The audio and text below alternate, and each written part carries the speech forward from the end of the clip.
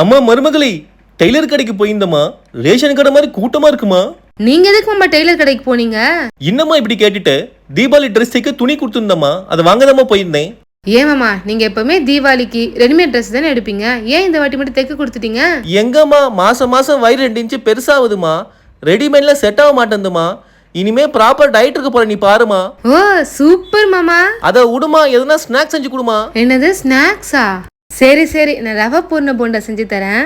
ரொம்பவே டேஸ்டான ரவா பூர்ண போண்டா. இது நம்ம வீட்டுல இருக்கிற பொருட்களை வச்சு ஈஸியா செஞ்சிடலாம். இது செய்யறதுக்கு 1 கப் உளுத்தம் பருப்பை தண்ணி விட்டுட்டு ஒரு 2 மணி நேரத்துக்கு இந்த உளுத்தம் பருப்பை ஊற வச்சுக்கலாம். இன்னொரு பக்கம் ஒரு பவுல்ல 1 கப் அளவுக்கு அரிசி மாவு, அதே கப் அளவுக்கு தண்ணி இதை சேர்த்து நல்லா கலந்துட்டு தட்டு போட்டு மூடி 1 மணி நேரம் ஊற வச்சிடலாம். இப்ப 2 மணி நேரம் ஊறின உளுத்தம் பருப்பை தண்ணி நீக்கிட்டு மிக்சி ஜார்ல சேர்த்துட்டு நல்லா இது போல பேஸ்ட் அரைச்சு எடுத்துக்கோங்க. இப்ப அரைச்ச உளுத்தம் பருப்பை நம்ம ஊற வச்சிருந்த அரிசி மாவோட சேர்த்துடலாம். பேக்கிங் சோடாக்கு ஆப்ஷனலா 2 டேபிள் ஸ்பூன் கிட்ட இட்லி மாவு, கொஞ்சம் உப்பு இதெல்லாம் சேர்த்துட்டு நல்லா இது போல பீட் பண்ணி கலந்துக்கோங்க. இப்போ போண்டா செய்ய மாவு ரெடி ஆயிடுச்சு. பூர்ணத்துக்கு கடாயில 1 ஸ்பூன் நெய் விட்டுட்டு 1 கப் ரவையை நல்லா வறுத்துட்டு தண்ணி எடுத்து வச்சிருங்க. அதே கடாயில 1.5 கப் கிட்ட வெல்லம், 2 கப் கிட்ட தண்ணி சேர்த்துட்டு வெல்லம் நல்லா கரைஞ்சி வந்ததும் 2 ஏலக்காய் இடிச்சு சேர்த்துக்கோங்க.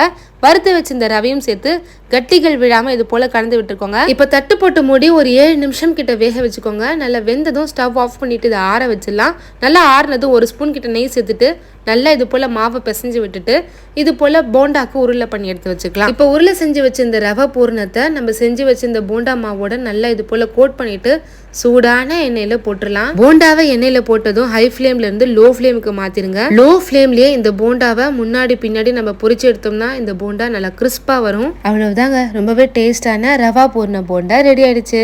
ஸோ நீங்களும் இந்த ரவா பூர்ண போண்டாவை ட்ரை பண்ணி பார்த்துட்டு எப்படி வந்துச்சுன்னு மறக்காம கமெண்ட் பண்ணுங்க. இது வெளியில் நல்லா கிறிஸ்பா, உள்ள நல்லா சாஃப்டா இருக்கும்.